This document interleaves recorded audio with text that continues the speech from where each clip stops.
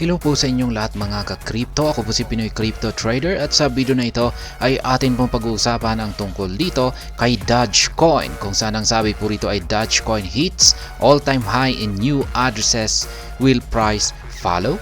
Kaya yan, sabi po rito ay si Dogecoin ay nagawa na po niyang ma-hit yung kanyang pinakamataas na bilang ng bagong mga addresses. Kaya ang tanong ay susunod kaya yung presyo ni Dogecoin na umangat na rin? Kaya yan, atin pong aalamin kung ano nga ba ang magiging impact nito. Yan ang pagtaas ng or pagdami ng bilang ng mga bagong addresses ni Dogecoin. At ayan, bago po tayo magpatuloy ay nais ko lamang po munang bigyang linaw ang aking disclaimer kung saan ang nilalaman po ng video na ito ay hindi po ito isang financial advice. For education and information purposes lamang po ang layunin nito. Maliban po dito ay nais ko na rin pong magbigay babala na wala pong kahit anumang group chat ang Pinoy Crypto Trader. Ayan, ang sabi po rito ay the Dogecoin network has seen a surge in the number of newly created addresses, potentially pointing to future price growth. Kaya yan, ang Dogecoin network daw po ay nasaksihan ang pagtaas ng bagong mga nakikreate na mga addresses dito. At posible daw pong ito ay isang indikasyon na sa hinaharap ay tataas na yung presyo ni Dogecoin. The number of newly created addresses on the Dogecoin network hit a new high on January 29. According to data from the Into the Block shared by Ali Charts, users created 247,240 new Dogecoin addresses, surpassing the record of around 160,000 addresses set in 2014, around the time the cryptocurrency launched. Kaya yan, ang kaganapan po rito sa bagong na-create na mga addresses dito sa network ni Dogecoin, sapagkat nitong nakalipas na January 29, yan, ngayong taong pong ito 2024 ay nahit po ng Dogecoin network ang kanyang panibagong record. Yan, mataas na record sa bilang ng mga nakikreate na mga addresses dito, sapagkat yan, nung nakalipas po na taong 2014 ay meron po siyang record na na-create na 160,000 na addresses. At ito po yung panahon na nailabas po or na-launch po itong si Dogecoin. At ngayon lang, ayon po sa datos ng Into the Block na ibinahagi po ng Ali Charts, ay ngayon ay nalampasan na ang record na ito ng bagong mga Dogecoin addresses, sapagkat meron na pong na-create na 247,240 na mga bagong Dogecoin addresses. The surge in newly created addresses also means that the network has added 1,100% more addresses in the past week alone. Such a milestone coming in the early stages of possible crypto bull market has raised optimism that Dogecoins may rise significantly if the trend continues. Kaya yan, yung nakikita raw po ng marami rito kung bakit dumarami yung mga bagong nakikreate na address dito kay Dogecoin ay marami pong mga investors ang parang naniniwala or may confidence po sila na si Dogecoin ay magkakaroon po ito ng isang matinding paglago sa presyo ngayong lalong-lalo na at ngayong paparating na po ang crypto bull market.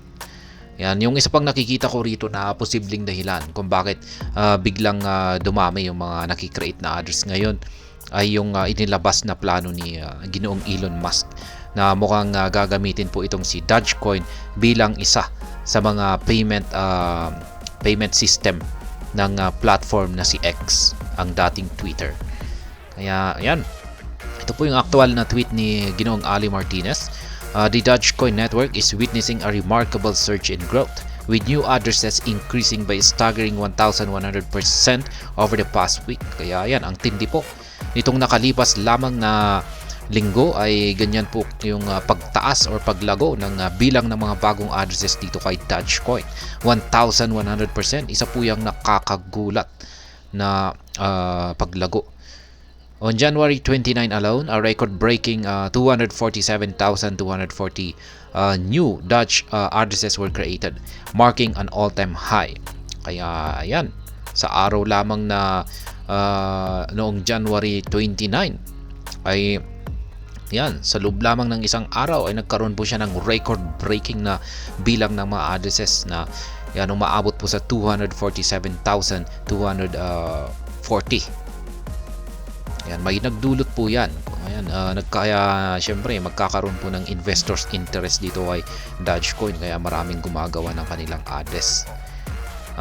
What is behind the surge and will price follow? Kaya ito po yung gusto nating malaman. Ano nga ba yung nasa likod nito?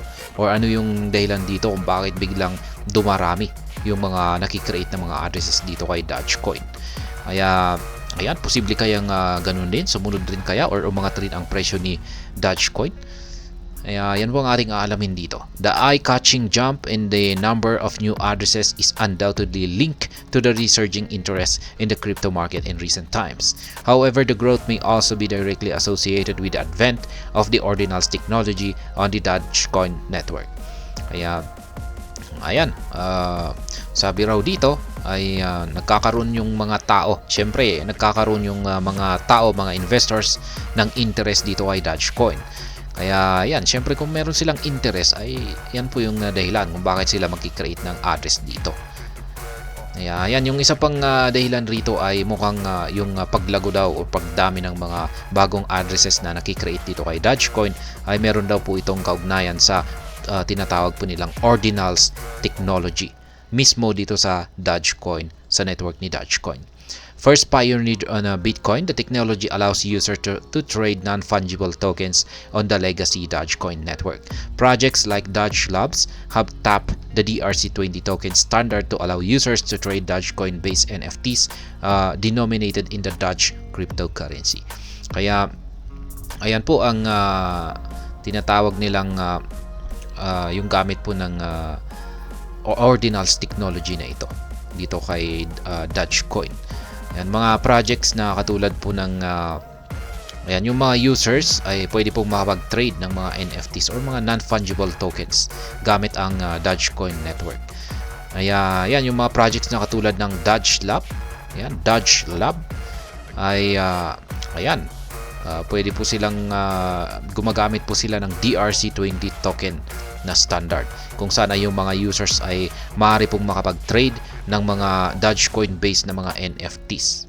Kaya yan po, yung isang posibleng dahilan dito kung bakit nagkakaroon ng may isang interest, kung bakit nagkakaroon ng interest ang mga users. Ayan, at sila ay gumawa ng kanilang mga addresses dito sa network ni Dogecoin. Only time will reveal whether the growing interest in Dogecoin-based NFTs, so-called doginals, will outlive the initial hype stage. In the event of a positive outcome, a surge in demand for Dogecoin as users will require the cryptocurrency to trade the asset. Meanwhile, even if such positive outcome fails to materialize, the latest trend is already attracting more users to the Dogecoin ecosystem and will likely continue to do so for as long as it lasts. Kaya yan po yung Dogecoin-based NFTs at tinatawag po nila itong doginals at mukhang ito yung nagdudulot daw ng hype sa ngayon kay Dogecoin. Ngayon pero kahit humupan na po yung hype na ito ay patuloy pa rin po, or maski hindi nagmaterialize yung hype na ito, yan ang nagaganap na hype na ito, ay patuloy naman pa rin po na nakaka-attract ng users ang ecosystem ni Dogecoin. Yan, at tuloy-tuloy lamang po ito kasi marami pong ibang mga dahilan dyan na hindi lamang itong NFT na ito. Yan, sabi ko nga kanina ay yung plano ni Ginoong Elon Musk, ang may-ari po ng X, yan, yung X platform na dating Twitter, ay naglabas po siya ng pahayag na yan, malapit na po nilang ilabas yung kanilang plano na gumamit ng crypto yan sa kanilang payment system, at mukhang isa po itong si Dogecoin na kanilang gagamitin dito. Kaya yan, at the time of writing, Dogecoin trades at 0.08076, representing a mild 5% growth in the past week. Many analysts foresee a Dogecoin surge including an ambitious run up to $5. Kaya yan, mula po nung nailabas ang balita na ito, ay naglalaro po ang presyo ni Dogecoin sa 0.8076. Bagya po siyang umangat ng 5% nitong nakalipas na linggo. At yan, gayon pa man ay maraming mga analyst ang naglalabas ng kanilang prediction na si Dogecoin ay magkakaroon po ng isang matinding pagsabog at posible daw po niyang akyatin ang price target na $5. Kaya ayan pong muli, si Dogecoin ay nakapagtala ng kanyang panibagong all-time high sa bilang ng mga nakikreate na mga bagong addresses nito. Yan. Pero hindi po tayo nakakasiguro kung ito po ay magdudulot ng isang magandang impact sa kanyang presyo para ito na rin ay lumago or umangat. At ayan, hanggang dito na lamang po tayo sa video na ito. Sana po ay inyong nagustuhan ang aking paliwanag dito. Kung inyo po itong nagustuhan ay pakiclick lamang po ang like button nito. Para naman po sa mga bago lamang dito, kayo po ay aking inaanyayahan para mag-subscribe. Pakiclick na rin po ang bell icon nito dahil ito po ang siya magsisilbing notification nito sa mga bago kong videos na akin pong ina-upload sa aking YouTube channel na ito. Marami pong salamat sa panunood, ingat po tayo lagi at God bless po sa ating lahat.